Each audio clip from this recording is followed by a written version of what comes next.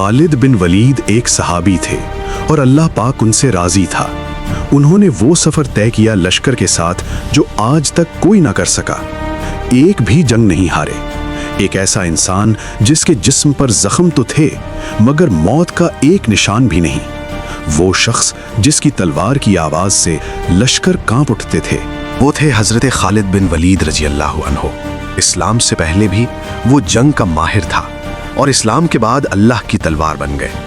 موتا کے میدان میں جب 3 سپہ سالار شہید ہو گئے تو خالد نے ٹوٹتے ہوئے لشکر کو فتح کی شکل دے دی۔ مکہ ہو، حنین ہو، یرموک ہو یا یمامہ، جہاں خالد پہنچے وہاں تاریخ پلٹ گئی۔ 100 سے زائد جنگیں، ایک بھی شکست نہیں۔ اور حیرت کی بات یہ ہے جس نے پوری زندگی میدان جنگ میں گزاری اسے شہادت نہیں ملی۔ وہ بستر پر وفات پا گئے مگر اللہ کے ہاں وہ آج بھی سیف اللہ ہے۔